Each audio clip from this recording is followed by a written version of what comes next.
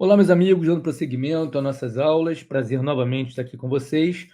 Nós estamos falando na última aula, né, não terminamos, os tipos, as modalidades de empresário, que tem seu reflexo bastante no direito tributário. Tanto que, para a Procuradoria do Município, quem é procurador do município do Estado da Fazenda, tem que saber isso. Quem é advogado vai advogar, né, possivelmente para o seu cliente, que esse cliente pode ser um contribuinte e não necessariamente ser um empresário.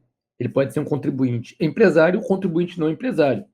Você pode ser advogado, meu advogado tributarista, e eu sou promotor de justiça, eu sou professor de direito, eu exerço atividade econômica, mas não exerço atividade empresária. E o advogado tem que saber se ele está advogando para um empresário ou não empresário. E vimos ao início de algumas modalidades de empresário, uma primeira modalidade, já falamos, é o empresário individual, pessoa física, que tem inscrição no CNPJ.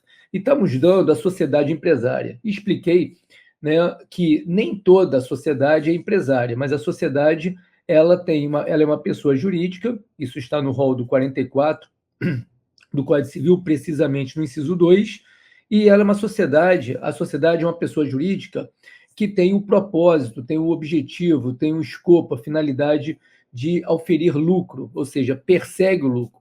E ela passa a ser regulada no Código Civil a partir do artigo 981, em que conceitua a sociedade, né? É um contrato, né, que, em regra, esse contrato de sociedade tem duas ou mais pessoas que conjugam esforços e recursos visando atingir um fim comum. Então, pessoas conjugam seus investimentos, constituem uma pessoa jurídica para a pessoa jurídica exercer sua atividade econômica. Essa atividade econômica, ela pode ser empresária. Aí você pode chamar a sociedade de sociedade da espécie empresária. Mas a atividade econômica pode não ser empresária, como é o que você possivelmente deve ter. Você deve ser sócio, né, alguns aqui, de uma sociedade de advogados ou de advocacia, que ela exerce, é uma sociedade, é uma pessoa jurídica, tem fim de lucro, exerce atividade econômica, entretanto, esta atividade econômica, conforme vamos ver, não é empresária. Você pode advogar tanto para uma sociedade da espécie empresarial, quanto uma sociedade da espécie não empresarial, denominada também de sociedade simples, em sentido amplo, ou em sentido heterogêneo, ou sociedade não empresária. E nós estamos vendo que dentro das sociedades, nós temos a teoria da personificação, que é muito importante, em que é a regra, em que a sociedade ela tem uma existência completamente distinta da existência dos seus sócios, né? Isso está bem claro no artigo 49, letra A do Código Civil, né? A existência não se confunde. Também você pode extrair isso do próprio artigo 135, inciso 3 do CTN, que diz que, perante o fisco, quem tem que pagar é a sociedade contribuinte, mas os sócios, em algumas situações, podem também ser chamados ao pagamento de dívidas tributárias assumidas pela sociedade. Isso aí depende não da espécie societária, se é empresário ou não, mas sim do tipo societário escolhido, se é uma limitada, uma SA, uma em nome coletivo, uma em comandita simples. E não se trata de desconsideração.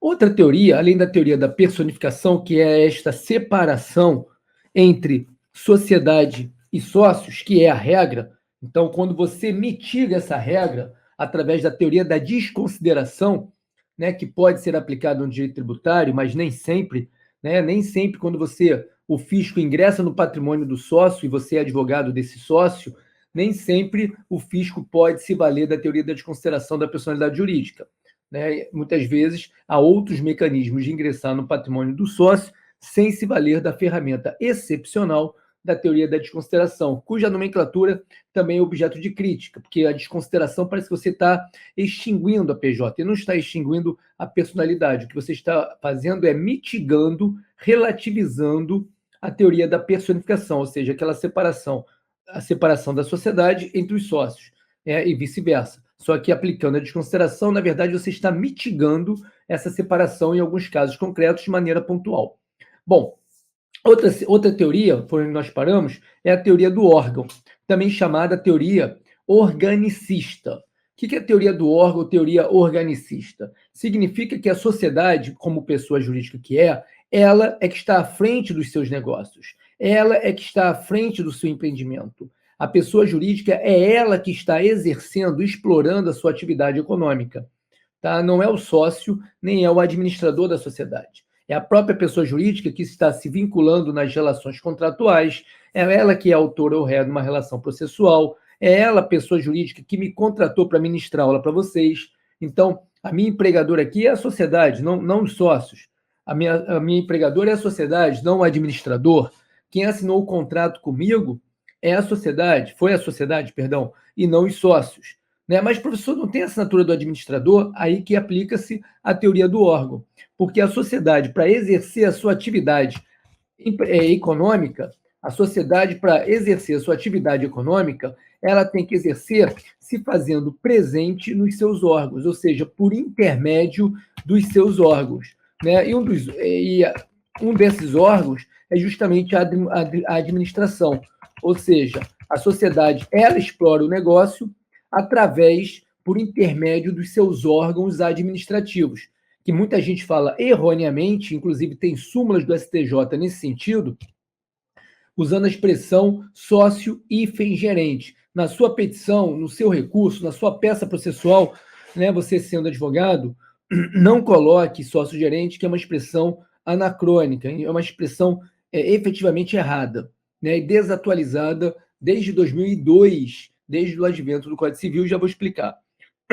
Então, quando a sociedade ela atua se fazendo presente nos seus órgãos. Então, não é o administrador que está exercendo atividade. Quem está exercendo atividade é a sociedade. O administrador ele está praticando atos de gestão, no sentido de que a sociedade ela explora o negócio se fazendo presente na pessoa do administrador.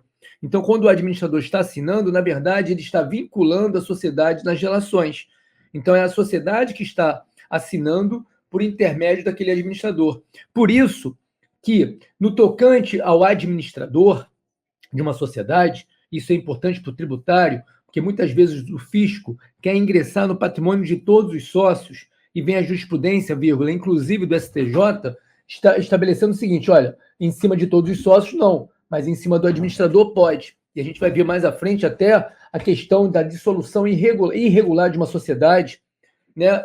A dissolução irregular de uma sociedade e se o fisco pode ingressar no patrimônio do administrador que estava no momento do fato gerador do tributo, ou se ele só pode ingressar no momento no patrimônio do administrador que estava no momento da dissolução irregular, quando os administradores são de momentos diferentes. Então, nós vamos falar isso, nós vamos tocar nesse assunto mais à frente e não agora. Tá? Mas o administrador, estou dando um embasamento para depois nós aprofundarmos, verticalizarmos o tópico. Mas o administrador, né, ele é aquele que é chamado pelo professor Pontes de Miranda como um representante da sociedade. Então, o administrador ele é um representante, ele não é um representante. Tanto é assim que se você usa a expressão representante, eu sei que você já deve ter usado e normalmente se utiliza, né, quando se fala representante, você está usando a teoria do mandato, né, mandatário, representante. E, na verdade, aquele que administra uma sociedade, ele não tem mandato, ele não tem sequer uma procuração. Não estou dizendo que uma pessoa jurídica não possa dar uma procuração. Pode dar uma procuração para um advogado, ajuizar uma ação ou defendê-la numa seara processual. Né? A sociedade pode ter mandatário, a sociedade pode ter procurador. Mas no caso que eu estou tratando aqui, o administrador, aquele que pratica atos de gestão, ele não é representante, ele não é mandatário. Não há uma relação de mandato, há uma relação de órgão. Ou seja, o administrador, você vai aplicar a teoria do órgão. Ele é um representante na expressão do mestre professor Pontes de Miranda. Então, a doutrina entende que a natureza jurídica da administração é órgão. A natureza jurídica do administrador é com P de pato, representante da sociedade, porque a sociedade se faz presente, a sociedade ela atua por intermédio daquele administrador, e não seria propriamente um representante. Tanto é assim que nós temos o artigo 1011, parágrafo 2º, artigo 1011, parágrafo 2º do Código Civil. Tá? O artigo 1011, parágrafo 2º do Código Civil, deixa claro né, e às vezes passa despercebido, tá? O seguinte, ele estabelece que aplicam-se à atividade dos administradores, ou seja, aplicam-se aos administradores no que couber, grifa isso, no que couber, as disposições concernentes ao mandato. Então, o próprio artigo 1011 está distinguindo administrador de mandato, a administração de mandato. Mas não está mandando aplicar as regras, professor, no que couber. Ora, se a administração fosse mandato, você não precisaria de uma norma como o 1011, parágrafo 2º, mandando aplicar as regras do mandato à administração. Porque se o administrador fosse o mandatário, se a administração fosse mandato, você já teria que aplicar as regras pertinentes do mandato. Tanto que não é que a lei diz, olha, as regras do administrador, ele tem regras próprias. Entretanto, se for necessário e compatível, pode-se aplicar a regra do mandato à administração, no que couber, o que mostra que você tem mandato e você tem administração, o que demonstra que você tem mandatário, leia-se, representante, e você tem administrador, o que mostra que que administrador não é mandatário. Então, não é muito correto você, na sua peça processual, né, se reportar ao administrador como representante, né, representante da sociedade.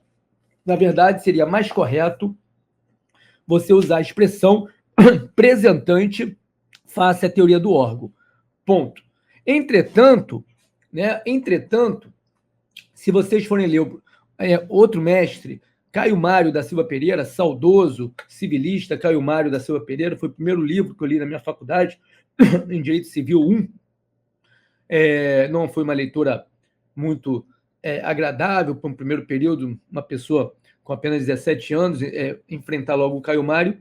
Depois, logicamente, passei a gostar com mais maturidade. Mas o professor Caio Mário da Silva Pereira, civilista, quando ele trata do administrador, ele diz que há sim um mandato, tá? Posição minoritária. Ele diz que há um mandato impróprio. Então, para Ponte Miranda, administrador é um órgão, é um representante, tá? Já para Caio Mário da Silva Pereira, seria um mandato impróprio. Eu, particularmente, prefiro a posição, com a devida vênia, do professor Ponte Miranda. Para mim, administrador não é representante, administrador não é mandatário, nós não adotamos majoritariamente a teoria da representação. Nós adotamos a teoria do mandato, a teoria do órgão, perdão.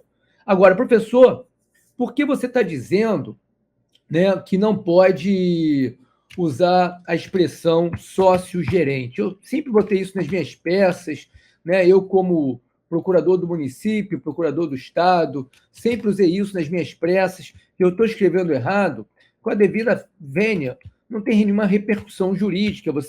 Nesse ponto, você está escrevendo dessa forma, né? Mas mostra uma peça atécnica, né? Mostra uma peça atécnica e tudo que um advogado não quer ser, ou um operador de direito de modo geral, não ter técnica, né? Ou seja, técnico. Agora, por que não se pode usar a expressão sócio-gerente hoje? Primeiro, tá? Porque quando você usa a expressão sócio-gerente, passa a errônea ideia de que todo gerente tem que ser sócio, né? É pré-requisito para gerenciar ser sócio, o que não é verdade, né? O que não é verdade. Por quê? Vai depender do tipo societário. Uma coisa é você constituir uma sociedade de nome coletivo, uma em comandita simples, uma limitada, uma SA, uma sociedade simples pura. Não, cada tipo societário tem a sua disciplina própria. Então, tem tipo societário que exige que a administração seja desempenhada por sócio. Tem. Exemplo, sociedade em nome coletivo, sociedade em comandita simples, sociedade em comandita por ações. São tipos societários que as suas respectivas leis, ou seja, a disciplina legal para cada este tipo, repito, em nome coletivo, em comandita simples e comandita por ações, as leis, os seus capítulos no Código Civil, né, estabelecem a exigência de que a administração da sociedade seja necessariamente exercida, desempenhada por sócio. Pode ser por todos os sócios ou por apenas um, ou por mais de um, mas tem que ser pré-requisito. O administrador tem que ser sócio. Então, aí tudo bem. Mas, por exemplo, nós temos a sociedade limitada, que é o principal tipo societário, que vamos dar um destaque, até porque é o tipo societário mais corriqueiro na área trabalhista, na área do juizado especial, na área do consumidor, na área tributária. Se de cada 98% das sociedades constituídas no Brasil, repito, 98% adotam o tipo societário limitado. Então, é óbvio que em qualquer seara do direito, você como advogado, na área criminal, na área tributária, na área trabalhista, na área administrativa, na área falimentar, vocês vão se deparar com limitada. Tá? Então, uma sociedade limitada, se você for ler o artigo 1061 do Código Civil, que teve até uma redação alterada no tocante ao quórum, a gente vai falar isso mais à frente, mas se você for ler o 1061 do CC, especificamente para limitada, lá consta que o administrador de uma sociedade limitada pode ser sócio, beleza, mas pode não ser. Pode a administração de uma limitada ser exercida por uma pessoa que não seja sócia. Pode ser um estranho. Artigo 1061. Então, eu, promotor, você, juiz, nós dois somos sócios de uma limitada. Podemos ser? Podemos, desde que nós não exerçamos a administração. Mas como é que vai acontecer, professor? Se você é promotor em atividade e se eu sou juiz em atividade e nós não podemos ser administradores, a gente tem que chamar uma outra pessoa para ser sócia, para que ela possa administrar? Não necessariamente. Você pode a sociedade nomear um administrador não sócio no contrato. Ele vai administrar e vai ganhar o que se denomina de pro labore, uma remuneração em virtude da administração dele. Então, na limitada, né, o administrador não precisa ser sócio. Pode ser ou não. Pode ser ou não. Então, isso é importante que vocês observem. Tá? Então, o que acontece? A expressão sócio e gerente não é a melhor, porque, dependendo do tipo societário, não é fundamental que a administração ou o administrador seja sócio. Né? Então, eu não gosto dessa expressão sócio e hífen. E por que gerente, professor? Porque, se vocês observarem o Código Civil, né, o Código Civil ele trata da administração no tocante à limitada no artigo 1060. Então, tem um capítulo só para a administração da limitada. Artigo 1060 trata lá da administração. E se você for consultar o 1172, está lá no capítulo dos prepostos, tem a expressão gerente. Então, o próprio Código Civil, ele separa, né, a administração de gerência. Né? Ele separa administrador de gerente. Então, são situações jurídicas distintas. Tá? Então, nós temos três figuras em relação a uma sociedade. Temos a figura do sócio, temos a figura do administrador e temos a figura do gerente, que não se confunde com o administrador. O sócio é aquela pessoa que detém participação societária. O sócio é aquele que detém cotas, o sócio é aquele que detém ações, o sócio ele detém participação societária. Ele adquire cotas ou adquire ações, dependendo do tipo societário, ele investe numa sociedade e passa a ter direitos participativos. Ele participa nos lucros em havendo, ele participa nos prejuízos, ele participa da fiscalização, ele participa das deliberações sociais. Então, o sócio, segundo a doutrina majoritária, eu sigo aqui a tese do professor Tavares Borba, procurador do Estado do Rio de Janeiro, aposentado, né, hoje advogado, ele entende que, ao meu ver, acertadamente, que o sócio não é propriamente um credor da sociedade. Não que ele não possa ser, né, mas na condição de sócio, ele é um participante social. Ele detém participação societária, tá? Ele detém participação societária e tem, em razão disso, direitos participativos, conforme vocês podem observar lá no artigo 109 e 110, artigos 109 e 110 da lei da SA. Então, o sócio é um participante. Então, pode um juiz em atividade, pode um ministro da Suprema Corte, pode um deputado federal, essas pessoas podem ser sócias? Sócias podem. O que elas não podem é ser empresárias individuais. O que elas não podem é exercer atividade empresária, mas elas podem deter participação societária na Petrobras, por exemplo, comprar ações, por que não? Então, podem ser sócios, mas não podem administrar. Então, elas não podem ser empresárias individuais, pessoas naturais exercendo atividade empresária, e também não podem exercer a administração de uma sociedade, e muito menos exercer a fiscalização, integrar o conselho fiscal. Isso não pode. Há impedimento legal. Tá? Então, eu posso ser sócio, mas não posso administrar uma sociedade, e muito menos ser empresário individual. Então, o sócio é um participante, ele participa da sociedade. Já o administrador, conforme nós estávamos tratando, o administrador ele é um representante, né? Ele é um representante da sociedade. É ele que exerce, ele que pratica atos de gestão, ele que pratica atos de gestão, tá? Então, ele é um representante da sociedade. Dependendo do tipo societário, tem que ser sócio, e dependendo do tipo societário, pode ser sócio ou não. E o gerente, tá, não se confunde com o administrador. O gerente ele é um preposto. Ele tem uma relação de preposição com a sociedade. Tá? Eles têm uma relação de preposição da sociedade. Então, quando você vai, por exemplo, nas lojas americanas, né, tem lá aquela filial daquele shopping, a filial da Rua Dias da Cruz, no Meier, né, você tem algum problema, algum cliente, algum funcionário, empregado te tratou mal, tem algum produto que você comprou está fora da validade, você quer fazer uma troca, você vai chamar o gerente da unidade. É aquele mero gerente administrativo, tá? Que é um preposto da sociedade. Tá? Então, não confundam. Então, quando o legislador... quando a súmula, nós temos duas súmulas que eu vou citar aqui, tem reflexo tributário. Nós temos a súmula 430 do STJ, que a gente vai ver mais à frente o teor dela, ou seja, a sua aplicabilidade, e temos a súmula 435 do STJ. Ambas têm a ver com direito tributário e direito empresarial, e vamos ver no momento oportuno, que é a responsabilidade. Essas duas súmulas, né, o maior respeito que eu tenho pelo STJ, né, a gente tem respeito por todo mundo, essa é a base da civilização, né?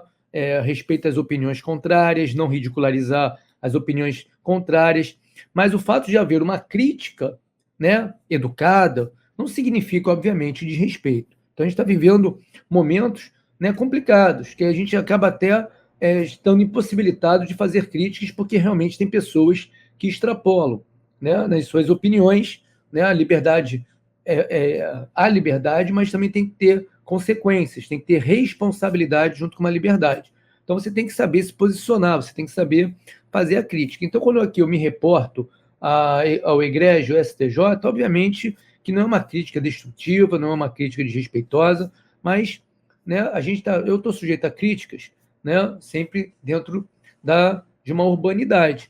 Então, eu sou obrigado a passar para vocês, né, a crítica que eu faço à nomenclatura, à terminologia, não à questão de fundo. A súmula está certa, as duas súmulas estão corretas. A 430 e a 435 que iremos analisar a sua aplicação, né, a sua incidência, inclusive. Mas tem falha nas duas súmulas, porque apesar destes enunciados terem sido editados pelo STJ pós-Código Civil, pós-Lei 10.406, né, continuam usando a expressão sócio-gerente. Né? Do ponto de vista do direito societário, do direito empresarial, a expressão não é correta, né? Porque nós não temos mais a figura do sócio-gerente. Mas pode ter sócio-administrador? Pode. O administrador pode ser sócio, o administrador pode não ser sócio, repito, dependendo do tipo societário que você se deparar. Mas a expressão sócio-gerente, o que acontece? É um vício que muitos continuam usando, juízes, promotores, advogados, operadores de direito de modo geral, e também nas relações comerciais. Você entra numa sociedade que ele é o sócio-gerente. Isso aí está incutido, mas isso é um vício, isso é uma expressão errada, hoje errada. E por quê?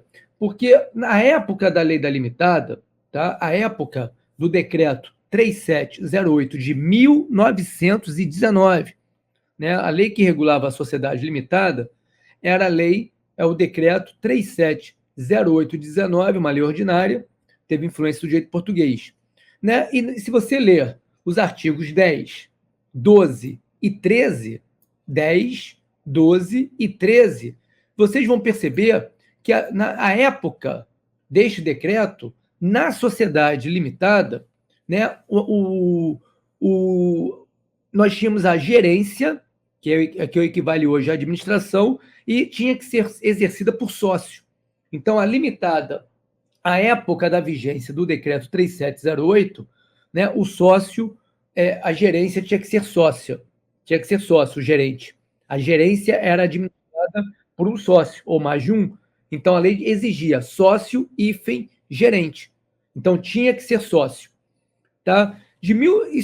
Essa expressão sócio-gerente ficou de 1919 até o advento do Código Civil. Olha só, 1919 até 2002. As pessoas falando sócio-gerente, sócio-gerente, sócio-gerente, até que isso aí gerou um vício.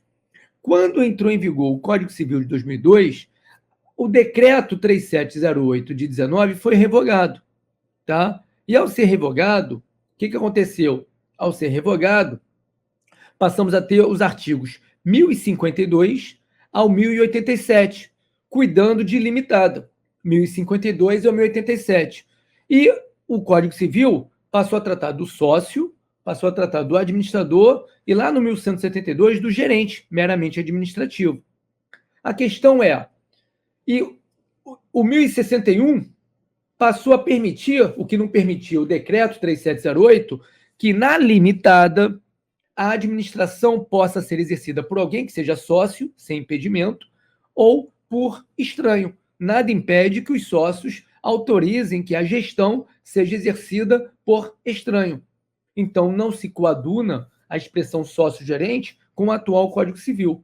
Se coaduna com o revogado decreto 3708/19, artigos 10, 12 e 13 do decreto. Mas hoje não. Então, se você estiver com esse vício, usando sócio-gerente, seja citado sócio-gerente, você, com a devida vênia, não está usando a terminologia correta, tá? Não está atualizado. Então, isso é importante que vocês saibam. Então, as súmulas 430 e 435, onde está escrito sócio-gerente, substitua tão somente por administrador.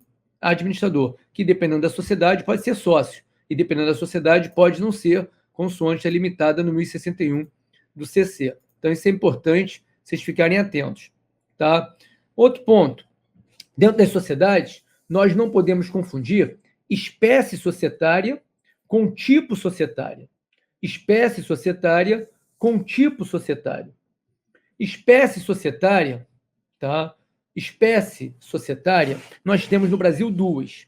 Nós temos a sociedade da espécie empresária e temos a sociedade não empresária, também chamada sociedade simples, tá? Sociedade da espécie empresária e sociedade da espécie simples. Quando eu uso simples aqui, eu estou usando no sentido não empresária. Então, sociedade empresária e sociedade simples em sentido amplo, sociedade simples heterogênea ou tão somente sociedade não empresária. E esses dois tipos, essas duas espécies, né, é importante que você saiba. Por quê? Porque se for empresária, o registro é na junta comercial. Se for não empresária, em regra, no cartório do RCPJ. Se for empresária, tá, ela está sujeita à falência e à recuperação. Se for não empresária, em princípio, não vai à falência nem à recuperação. Se for empresária, tem que ter livros empresariais. Se for não empresária, não precisa ter livros empresariais. Pode ter outros livros, fiscais, trabalhistas, mas empresariais não. Se for empresária, artigo 1179 do Código Civil, tem que fazer anualmente balanços.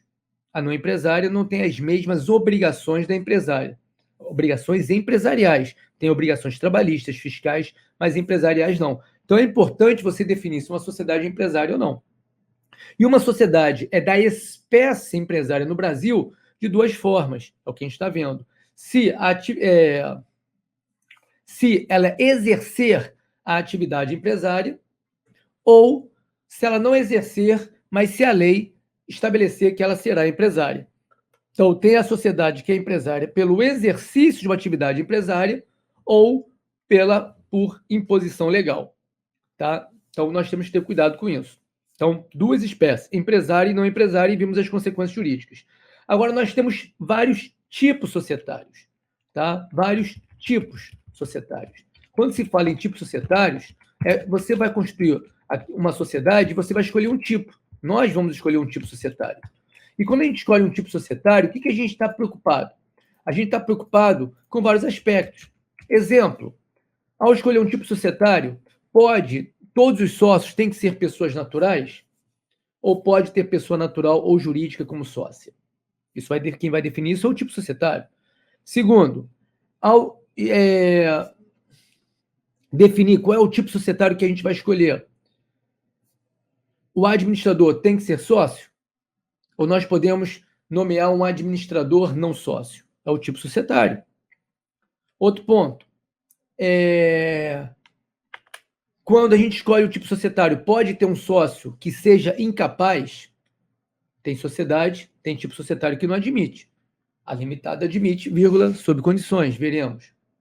Outro ponto é responsabilidade, que é um dos principais focos, né, objetivos dos sócios. Quando você vai constituir uma sociedade, vai fazer nascer uma pessoa jurídica, societária, você se preocupa o seguinte: qual será a minha responsabilidade de sócio? Né? Como é que os meus bens particulares serão tratados caso a sociedade, que é maior de idade, né, entre aspas, no sentido de que ela que está se desenvolvendo, ela que está explorando o negócio, ela que tem a sua responsabilidade, e se a sociedade não pagar? Pagar o quê? As suas dívidas. Dívidas com fornecedores, dívidas trabalhistas, dívidas tributárias. Dependendo do tipo societário, os sócios se ferram. Então, essa ideia, né, absoluta, poxa, o fisco só pode cobrar dos sócios se provar fraude. Isso não é uma ideia verdadeira, absoluta. Depende do tipo societário que os sócios escolheram. Uma coisa é eu escolher uma sociedade em nome coletivo para desempenhar atividade de padaria e ela ser devedora de ICMS do fisco estadual. Outra coisa é eu constituir uma sociedade limitada para exercer atividade de padaria e ela ser devedora de ICMS junto ao fisco estadual. Ah, professor, ambas são devedoras de ICMS. Ambas não pagaram o ICMS. Como é que o fisco vai ingressar no patrimônio dos sócios? Ah, tem que provar fraude. Está errado. Está errado. Depende do tipo societário. A resposta, a gente vai ver mais à frente, mas a resposta no tocante à sociedade em nome coletivo, que é uma padaria, né, a solução vai ser de uma forma. Já no caso, se for uma limitada devedora, a solução é de outra forma. Então, o tipo societário, você vai escolher o tipo societário de acordo com os seus interesses. E quais são os tipos societários, professor, existentes no Brasil? Nós temos a sociedade, vai do capítulo 1, né, em seguida.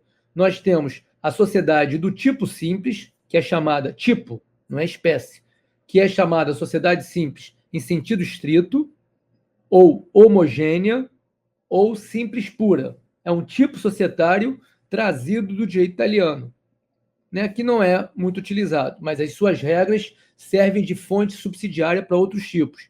Esse tipo societário chamado sociedade simples, que eu prefiro chamar sociedade simples em sentido estrito, ou homogênea ou pura, justamente para diferenciar da espécie simples, que é sinônimo de não empresária, a sociedade do tipo simples ela está regulada entre os artigos 997 ao 1038, que compõem o capítulo 1.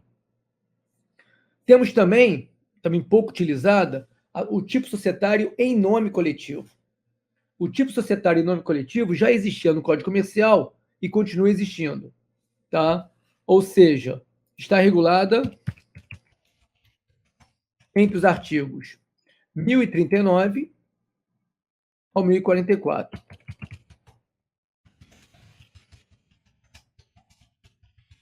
1039 ao 1044.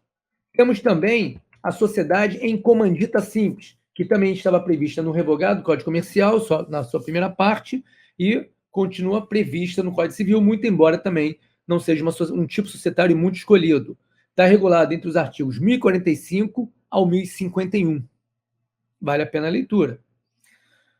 E temos também o tipo societário mais utilizado de cada 10 sociedades constituídas, 9 adotaram o tipo societário, que é o tipo limitado, que passou a ser regulada no Código Civil, pelo Código Civil, entre os artigos 1052 ao artigo 1087, 1052 a 1087, revogando-se a lei, que é o decreto 3708 de 1919.